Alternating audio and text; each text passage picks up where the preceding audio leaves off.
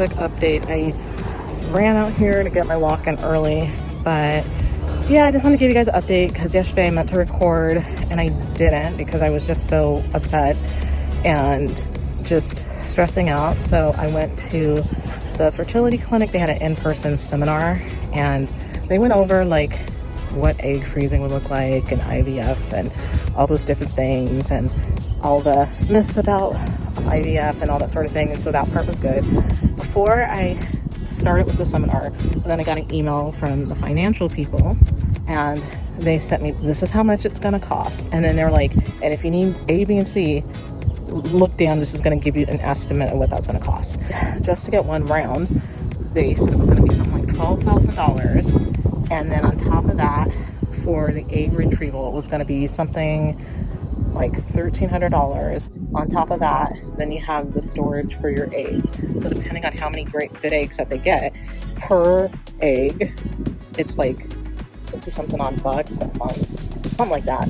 So there's a lot to consider. So I have a Zoom with the financial people and I reached out to my job. They confirmed they do not fund anything except for all the diagnostic tests. They'll pay for my ultrasound, they'll do that. But if it has anything to do with any of the medication or any of the actual treatments, they don't cover it. So I just been going back and forth with our HR department. I said, well, has anybody even thought about this yet? That this might be valuable for a lot of our, like not even just me being an older now staff member, but some of our younger staff. Like, what if they weren't sure what their fertility was going to look like 10 years down the line? And how many of our staff are millennials who really would have appreciated this? Kind of had a moment yesterday where it was like, if you're a millennial, you already have a hard time just being able to purchase a home. And then on top of that, we went to school, we have student loans on top of that. And then there's so many companies that don't fund fertility treatments. And it's nobody's fault. Nobody asked for this. I didn't ask for this. I didn't ask to not meet somebody within my fertility time, but that's what happened. I'm pretty upset about it. And so I just sent a bunch of questions to my HR department. I said, anybody thought about this or potentially thinking about offering it? And I'm like, here's a couple different companies. I'm like, is there supplemental? Like, what can I do? So even going back to my car is driving. I was going to get another car, but since all of this financial stuff came up with no coverage, I am going to have to most likely, if I can't find any insurance coverage, I'm going to have to pull out a loan. And I have so much debt right now that I just can't seem to get it, like all of it cleared. And when I think I have it cleared, then something like this happens. So I'm trying to think. So basically I went to bed at 9 o'clock last night because I was so upset. And so I have to regroup for next week and come with a list of questions. So we'll see how that goes.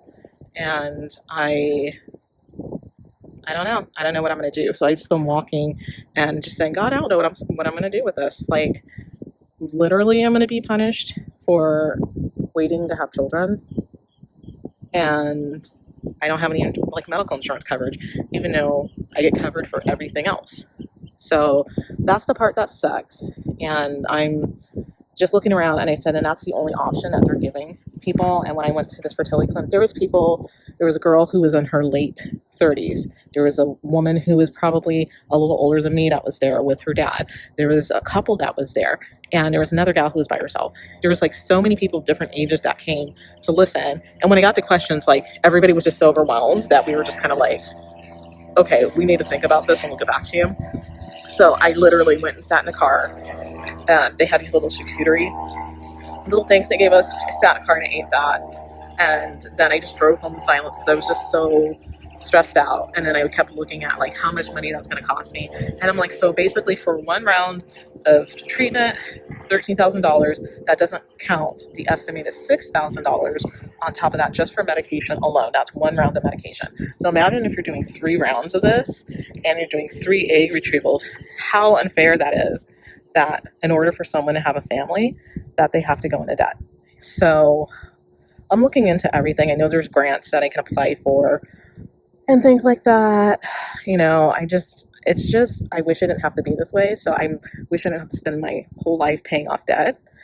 That's the frustrating part. And I'm sure that there are other people who are going through this. So leave a comment. Let me know if you have a company that is supporting people who are having trouble with fertility and you're older and no fault of their own. Leave me a comment and let me know what companies that you're working with.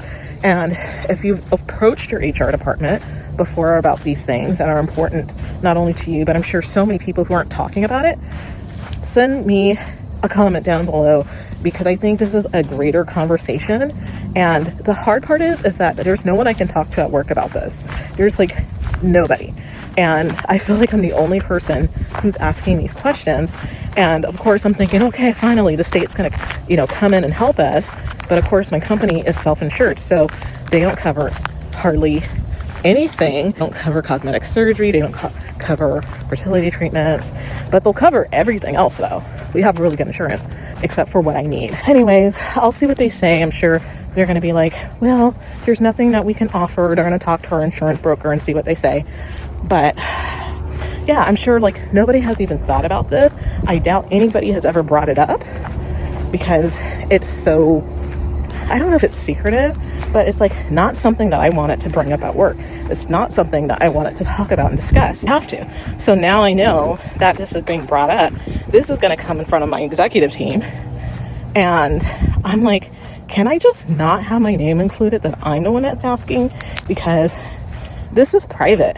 I don't want anybody to know that I'm the one who's specifically asking for this. Oh, and I don't know who else has or hasn't.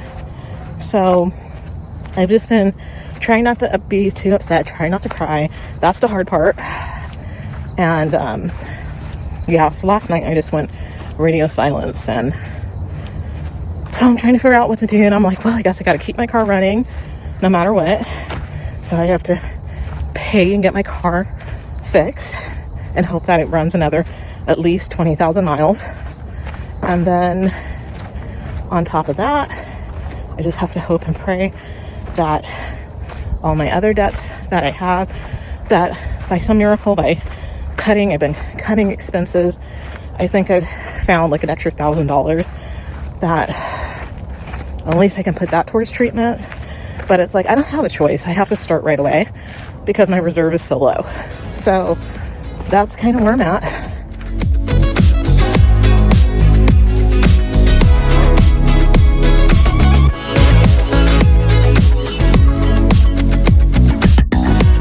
Basic on 1, 2, 3, and 5, 6, 7. Please give it up for my friend Ivy.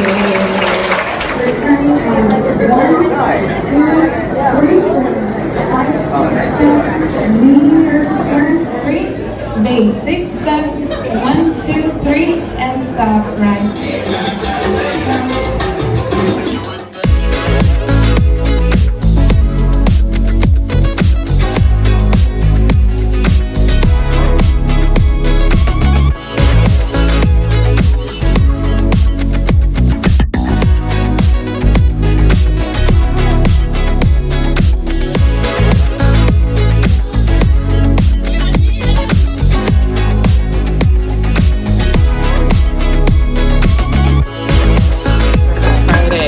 I don't eat fried eggs.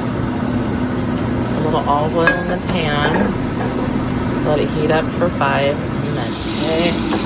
Butter in the pan and get it all around. So look it up. The heat to finish cooking and setting the eggs. And leave that off for like a minute and a half. Steaming. Alrighty, perfectly cooked fried eggs, crispy on the side, eggs roasting up, runny. Okay, this week we did cranberry orange loaf with a cane sugar glaze.